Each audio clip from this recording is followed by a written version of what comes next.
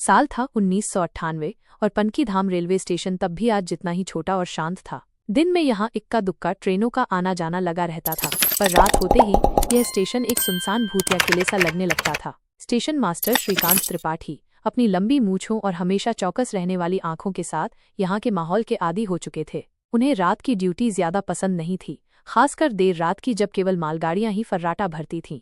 1 नवंबर की ठंडी रात थी। हवा में हल्की कंपकंपी थी और दूर खेतों से सियार की आवाजें आ रही थीं। श्रीकांत अपनी छोटी सी केबिन में बैठे चाय की चुस्कियां ले रहे थे। उनकी घिसी हुई मेज पर रखा पुराना ट्रांजिस्टर धीमी आवाज में गाने बजा रहा था। तभी वायरलेस पर खड़खड़ाहट हुई। कानपुर सेंट्रल से सूचना थी कि एक पैसेंजर ट्रेन, जो आमतौर पर पनकी में नहीं रुकती, कुछ तकनीकी खराबी के कारण यहाँ कुछ देर के लिए रुकेगी। श्रीकांत को हैरानी हुई। पैसेंजर ट्रेनें रात में यहाँ शायद ही कभी रुकती थीं।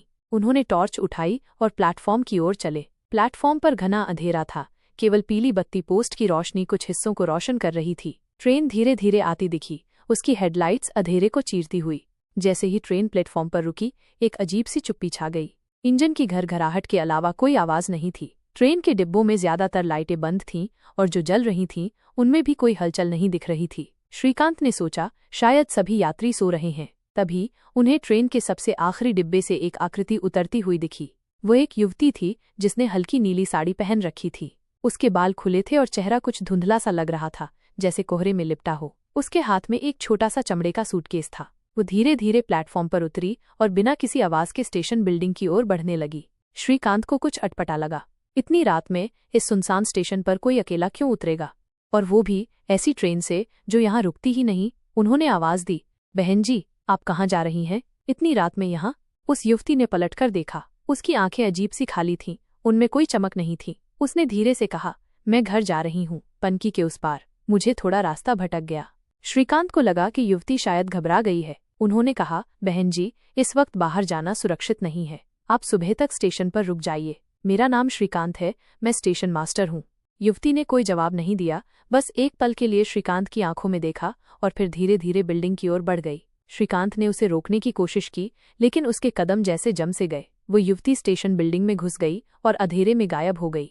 कुछ ही मिनटों में ट्रेन से इंजन की खराबी ठीक होने का संदेश आया और ट्रेन हॉर्न बजाकर धीरे धीरे आगे बढ़ गई। श्रीकांत परेशान होकर अपनी केबिन में वापस आ गए। उन्हें उस युवती का चेहरा और उसकी खाली आंखें बार बार याद आ रही थीं। अगली सुबह जब दिन की पहली पैसेंजर ट्रेन आई तो श्रीकांत ने प्लेटफॉर्म पर एक सफाई कर्मी को देखा। उन्होंने उससे पूछा, भाई, रात में कोई महिला यात्री स्टेशन पर रुकी थी क्या? सफाई कर्मी ने हैरानी से उन्हें देखा। नहीं साहब, रात में तो कोई नहीं था। कल रात तो सिर्फ मालगाड़ियां निकली थीं। श्रीकांत को यकीन नहीं हुआ। उन्होंने पूरी बिल्डिंग छान मारी, लेकिन युवती का कोई निशान नहीं मिला।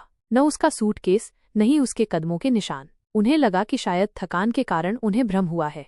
मगर कुछ महीनों बाद स्टेशन पर एक नया टिकट कलेक्टर आया, जिसका नाम आलोक था। आलोक नौजवान था और कहानियों पर आसानी से यकीन नहीं करता था। एक रात जब वो रात की ड्यूटी पर था, उसने भी वही अनुभव किया। एक पैसेंजर ट्रेन जो पनकी में नहीं रुकती थी, अचानक सिग्नल पर रुक गई और उसने देखा वही सफेद साड़ी वाली युवती बिना किसी आवाज के ट्रेन से उतर रही थी और स्टेशन बिल्डिंग की ओर बढ़ रही थी। आलोक ने श्रीकांत को बताया, सर, मैंने आज रात एक महिला को देखा। वो बहुत अजीब थी। श्रीकांत को अपनी आंखों पर यकीन नहीं हुआ। उन्होंने आलोक को अपनी पुरानी कहानी सुनाई। तब से ये स्टेशन की किंवदंती बन गई।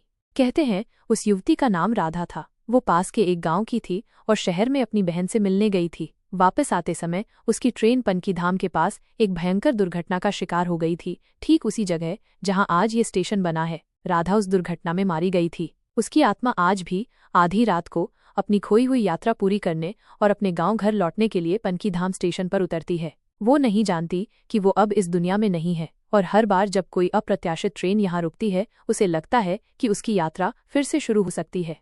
आज भी जो लोग पनकीधाम स्टेशन पर देर रात रुकते हैं, वे कभी कभी हवा में एक अजीब सी ठंडक या एक दबी हुई आहट महसूस करते हैं, खासकर जब कोई ट्रेन अप्रत्याशित रूप से यहाँ रुक जाए। कुछ बहादुर लोगों ने यह भी दावा किया है कि उन्होंने दूर प्लेटफॉर्म पर धुंध में लिपटी हुई एक सफेद साड़ी वाली आकृति को देखा है, जो शांत भाव से ट्रेन की ओर देख रही होती है, हमेशा अपनी आधी अधूरी यात्रा को पूरा करने की उम्मीद में। यह कहानी पूरी तरह से काल्पनिक है और पनकीधाम रेलवे स्टेशन के वास्तविक इतिहास या सुरक्षा से इसका कोई संबंध नहीं है।